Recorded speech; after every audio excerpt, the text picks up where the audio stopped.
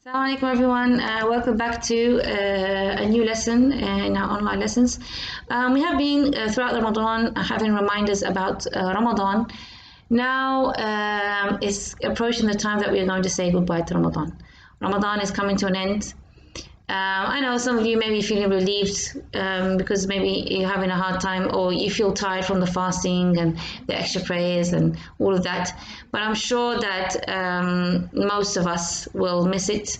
And there's sort of a sadness in our hearts towards the end of Ramadan.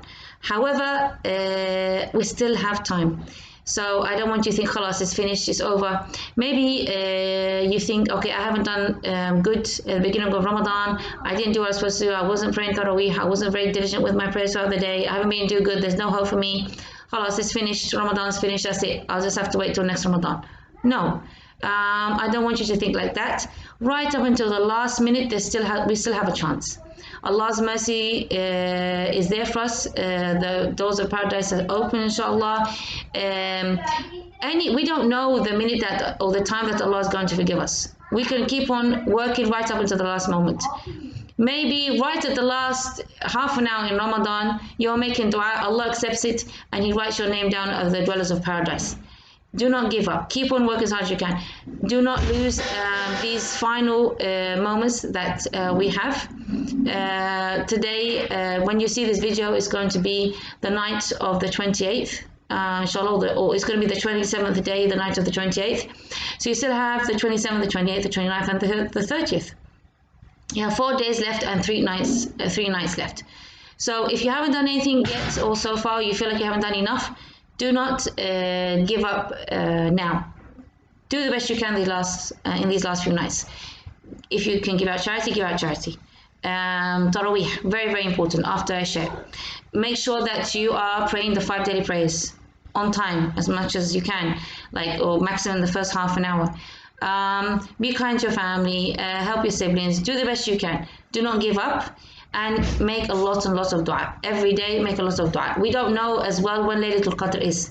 We don't know if it's passed already or if it still hasn't come to pass. I want you to treat the last night, right up to the last night, as if Laylatul Qadr hasn't come yet. Keep on and on and on. You never know when Laylatul Qadr is, and maybe, just maybe, inshallah, it hasn't come yet, and you still have a chance to do the best you can.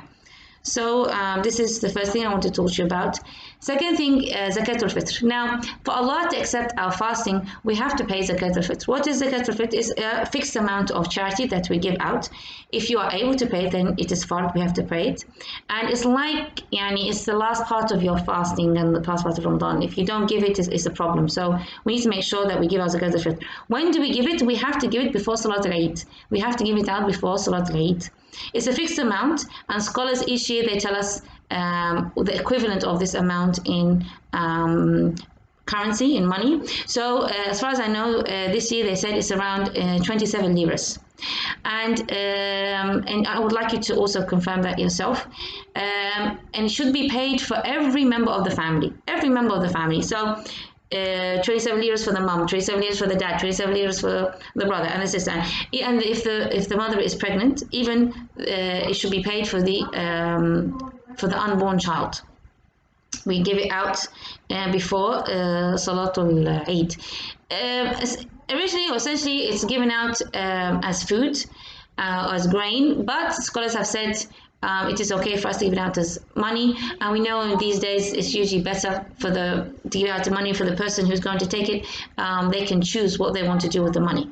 Try and if your family hasn't paid it yet, remind your family, make sure you pay it. It'd be nice if you pay it at least a day before.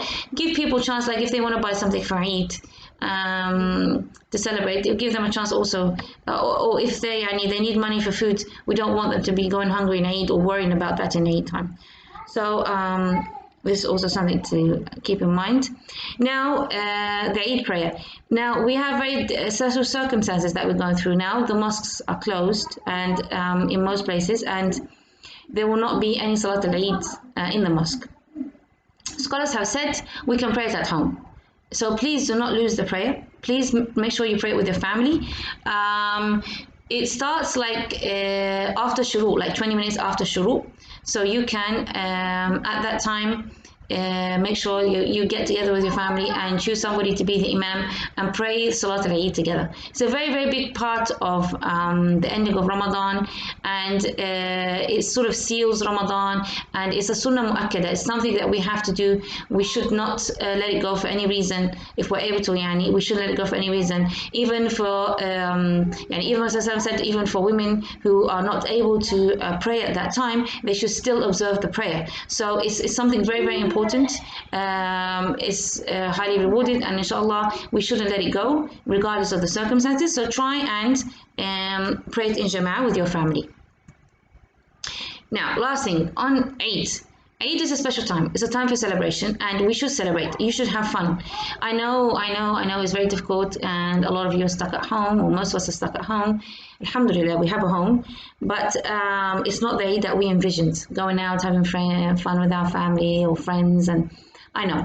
But we're still going to find ways to have fun. Have something nice to eat, watch a movie together, play games with our family. We're going to try and as much as we can to have a good time. However, we don't want Eid to be a welcome back party for the devil.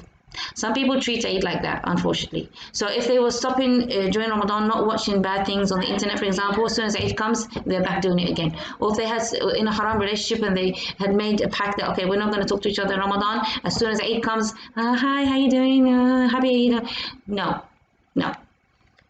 Eid is not a welcome back party for the devil. We want to be better than we were before we entered Ramadan. That this is a sign that Allah has accepted Ramadan from us, is that we do better than we did when we first entered Ramadan. So please keep that in mind. I want you to do the best you can and treat Eid is a celebration. It's a time to be happy. Sorry about that. Eid time is a time to be happy. It's a time to celebrate. It's a time to get together with our families. But it's not a time to start sinning. Getting back to our old bad habits that keep us away from Allah subhanahu wa ta'ala. So please treat this as, people do like resolutions, New Year resolutions. They have this plan at the beginning of the year. I'm going to do this, this, and this, and I'm going to start joining a gym, or I'm going to start learning this from the Quran, or I'm still going to start learning this new subject or new language. They have a plan for themselves. I want you to do that in Eid. Make a plan for yourself for the coming year, inshallah. Make a new promise to Allah subhanahu wa ta'ala. Ask Allah to accept everything you did in Ramadan, and do the best you can to stay as close as you can to what you were doing in Ramadan. So in Ramadan, maybe you're doing extra prayers. That doesn't mean Taraweeh. When Eid comes, khalas, you're going to drop all of it. No.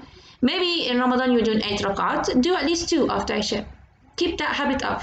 If you weren't waking up for Fajr and you started waking up for Fajr in Ramadan, continue after Ramadan. Try as much as you can to benefit from Ramadan. If we go in Ramadan and come out, it's the same or worse, then we're not benefiting from it. And this is not what the reason why Allah gave us this beautiful blessing. So keep this in mind. I want you to be prepared, so when you know what you're going to do.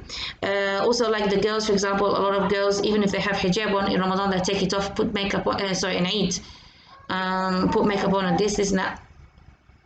No. Allah is still there. The Lord of Ramadan is the Lord of all the rest of the months of the year. We're still responsible for everything. The same as in Ramadan. There's no difference. But in Ramadan, Allah gave us extra mercy, extra rewards, extra blessings. But that doesn't mean that when Eid comes, khalas, we forget about our relationship with Allah, and we don't think about how to get close to Him anymore, and we just get back into the dunya and forget about everything. All right. So advise your family members as well. I want you to have fun, but I want you to keep this in mind. Also, if you can make a plan the way for Eid to be fun in a halal way, it would be very nice if you come up with different ideas, games you can play, competitions you can play at home with your siblings. Think of something, and may Allah make it better for a nice time for you. And inshallah, next Ramadan and next Eid, Allah will allow us to live to next Ramadan, next Eid, and it will, inshallah, it will be better than it is now, inshallah. May Allah keep you all safe and happy, and I'll see you next time. Assalamu alaikum.